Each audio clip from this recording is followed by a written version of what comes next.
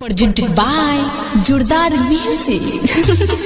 मुंह में लेना तुम्हें पसंद नहीं, अरे मुंह में लेना तुम्हें पसंद नहीं एक भी कतरा शराब का। फिर क्यों बोलती हो कि धीरे धीरे डालो बालों में फूल गुलाब का।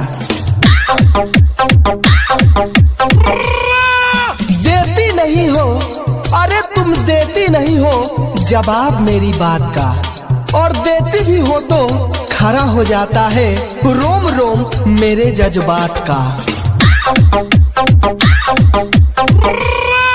उसने कहा पीछे से नहीं आगे से करो, अरे उसने कहा पीछे से नहीं आगे से करो, दीदार मेरे होश में हुस्नो सबाब का।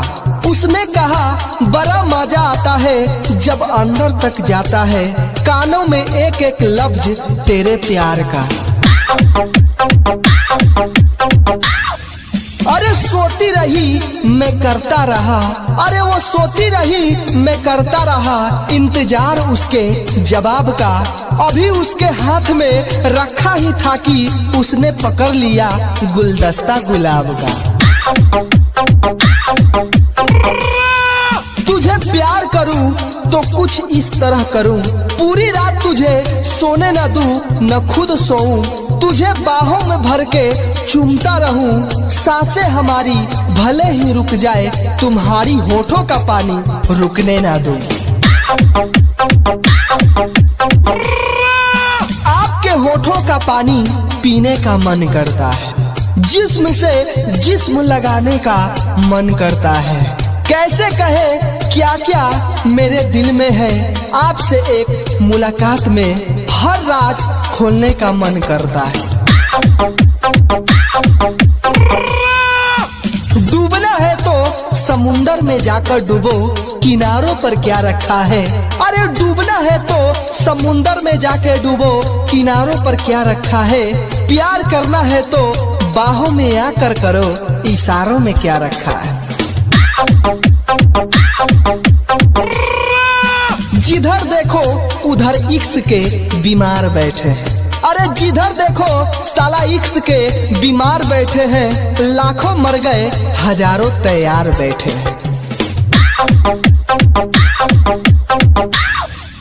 साले खुद तो पड़े रहते हैं लड़कियों के चक्कर में, और फिर बोलते हैं सरकार की वजह से बेरोजगार बैठे हैं।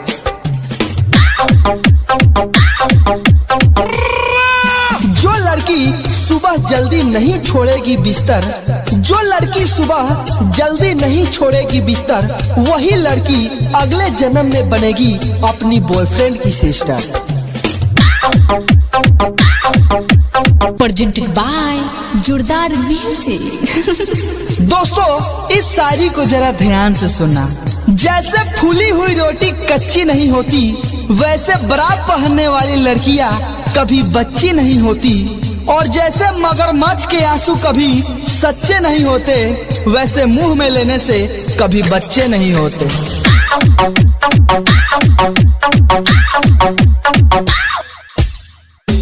हमारी एक मुस्कुराहट पर वो हमसे वो करवा बैठे, अरे हमारी एक मुस्कान पर हमसे वो करवा बैठे। वो पैंटी पहनने वाली ही थी पर फिर से हम मुस्कुरा बैठे।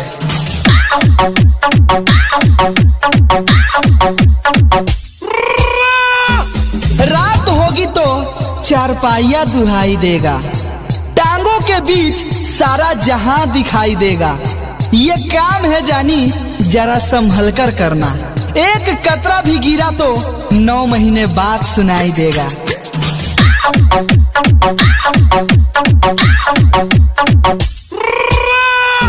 वो अपनी बदकिस्मती का किस्सा किस किस को सुनाती, दोस्तों वो अपनी बदकिस्मती का किस्सा किस किस को सुनाती।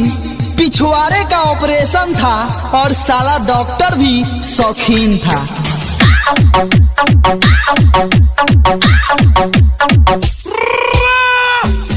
दोस्तों जरा गौर फरमाना, जहान की लिखावट में जुलूल नहीं आएगा, गमे तौहीन में कबूल नहीं आएगा।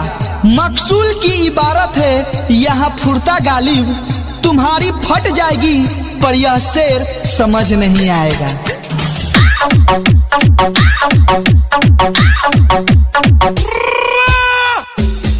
बरा खोलो तो सकला के बूम बूम, पैंटी खोलो तो खुल जा सिम सिम, अंडर डालो तो क्या मस्ती क्या धूम धूम, बाहर निकालो तो ठंडा ठंडा रिमझिम रिमझिम।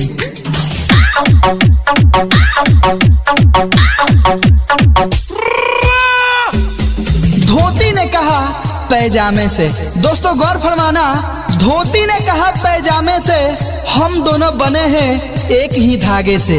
फर्क तो सिर्फ इतना है कि मैं खुलता हूँ पीछे और तुम खुल जाते हो आगे से।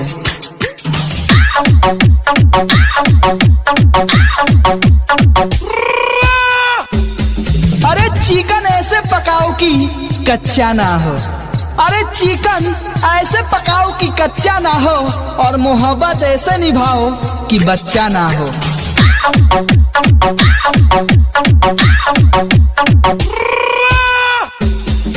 दुखी आशिक की शायरी है दोस्तों। गरीबी का आलम कुछ इस तरह है मेरे यार, अरे गरीबी का आलम कुछ इस तरह है मेरे यार, दोस्त भी गांडू है फिर भी हम गांड को तरसते हैं।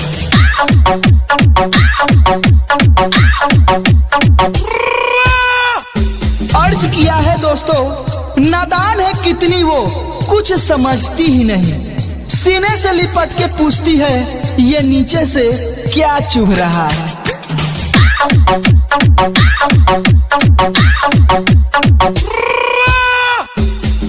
दोस्तों उस कच्ची कली को लेने में धुआं निकल गया, अरे उस कच्ची कली को लेने में धुआं निकल गया।